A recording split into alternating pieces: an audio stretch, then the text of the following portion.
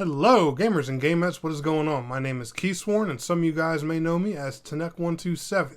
Welcome back to another video. And guys, in today's video, I got some things I want to discuss about Crystal of Atlan. However, if you want to stay updated on all things Crystal of Atlan, make sure you are liking today's video, subscribing to the channel if you're new, and let's go ahead and get on into today's topic. So, disclaimer, I am a Crystal of Atlan affiliate.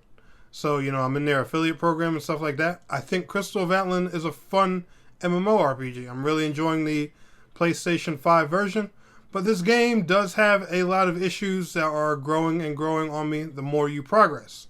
The thing about Crystal of Atlan is when you first start it, it's all sunshine and rainbows. And then once you get to endgame and the gear grind, that's when you start to notice the blemish and things coming out. When you're, inching and pinching for higher stats, doing dungeon runs, trying to work on stuff for your gear, upgrade your gear and stuff like that. A lot of Crystal of Atlan's problems begin to show.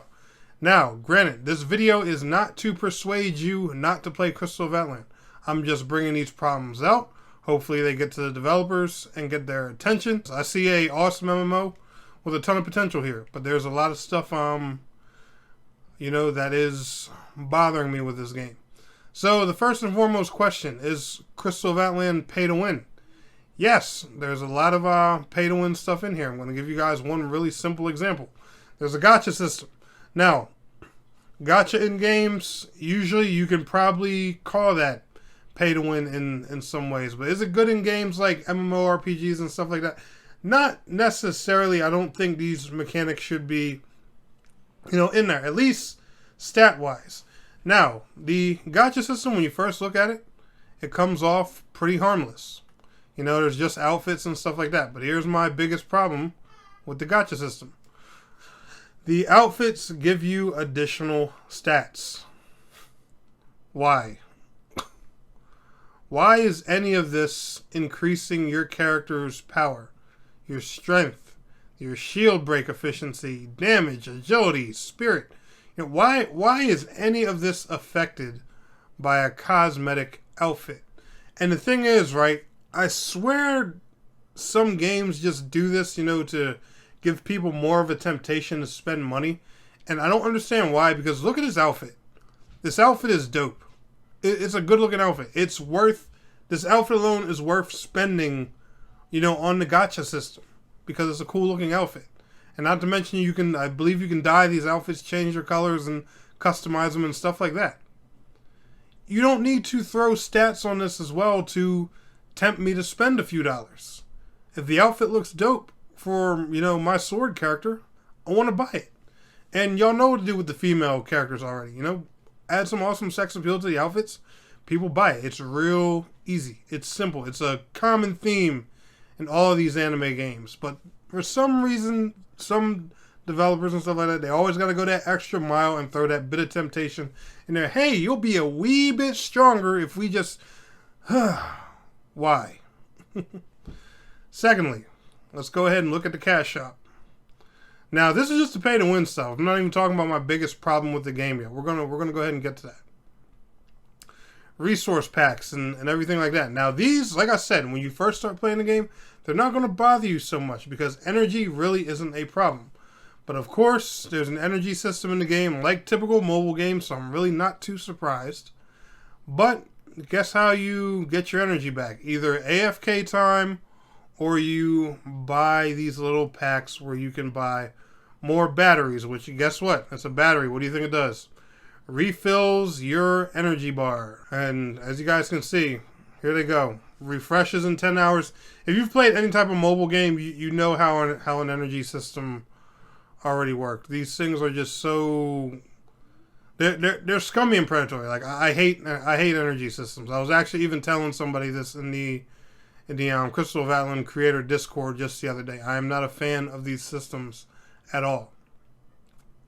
Now, in slight defense of the energy system, part of the reason it's there, and I learned this from speaking with some other creators and stuff like that, is, to keep people from grinding all the endgame gear at once and stuff like that.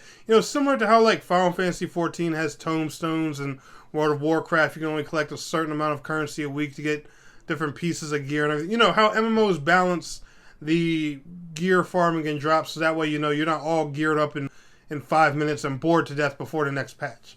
I get that. I get how they put that system in there.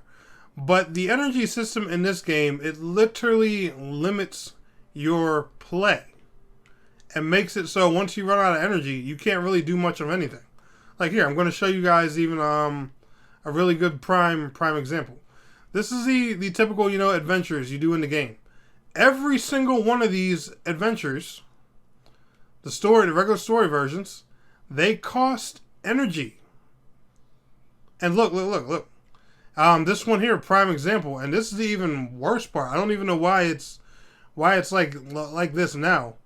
But you guys see the solo challenge right here for the number 4 in the mining area? It costs both types of energy to do one run. That's insane. You have your character reserve energy, and then you have your energy replenishment. Why are you guys even taking from the replenishment? The whole point of that is to refill the character's energy, or just be account wide in general.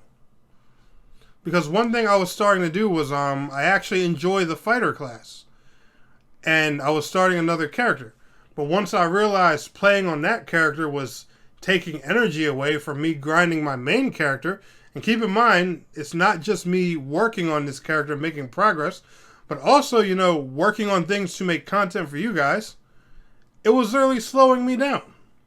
Because now I'm using my shared account energy. This it annoys me. And, I get it. A lot of mobile games use these mechanics and stuff like that. And there are going to be people who excuse this and, want to defend it, yada, yada. No, guys. It's not right. It's not cool. It just, it makes the game more frustrating. And I'm not here to say, Crystal of Atlan's a bad game. This game is awesome. I love the combat. I'm not too much of a fan of the gender lock, but even in that, to their defense, I'll give them credit that every single character has its, own unique voice and style in the cutscenes and all that stuff. So they actually did a really good job with that, despite there being gender lock. The story of the game is actually decent and okay. I was very surprised for a mobile game. The dungeons are fun. The combat is... The soundtrack's even really good. Some of the dungeons in here are really creative. There was even a dungeon where you're like at a fair or a carnival or something like that. And part of the dungeon, you're literally riding around on a roller coaster, fighting enemies and stuff. It's a really cool creative game. There's a lot of potential here. But there's also just, a lot of silly, unnecessary, and predatory mechanics that are holding this game back. And I'm sorry, this video is kind of boring. It's mostly, just me standing around in the hub, browsing the menus to show everything to you guys. I was going to go ahead and put some gameplay in the background. But this is one of those videos, where you just need to show what the problem is, what's going on, and stuff like that. Now, honestly, like I said, I don't mean any harm to Crystal of Atlan. I like the game. I'm going to continue playing the game. I still have tons of content I want to make on this game, and I'm really enjoying myself. This is a really decent MMO. But there's just a lot of things I feel like that could be changed to make this game so much better. And I'm hoping the developers will act on a lot of these things sooner rather than later. Before, people get tired of it, the game's, low on players, and then they're like, oh, hey, by the way, we did this crazy overhaul that fixed the things y'all told us were wrong 4 or 5 years ago. Because so many games do that. They take years and years to listen, and then it's too late. And I would hate to see that happen with this game.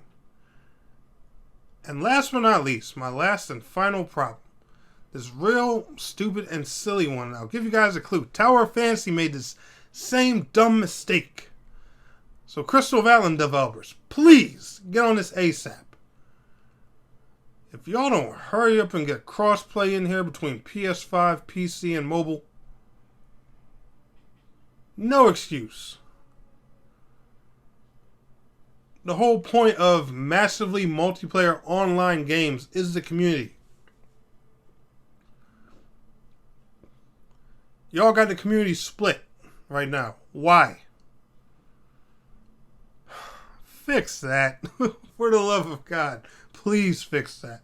But anyway, guys, let me know your thoughts and everything about Crystal of Atlan down in the comments below. Y'all enjoyed today's video? Smash that like. Do you agree? Disagree with me? Let me know in the comments. I'll see y'all in the next one. Peace out. Have a good one.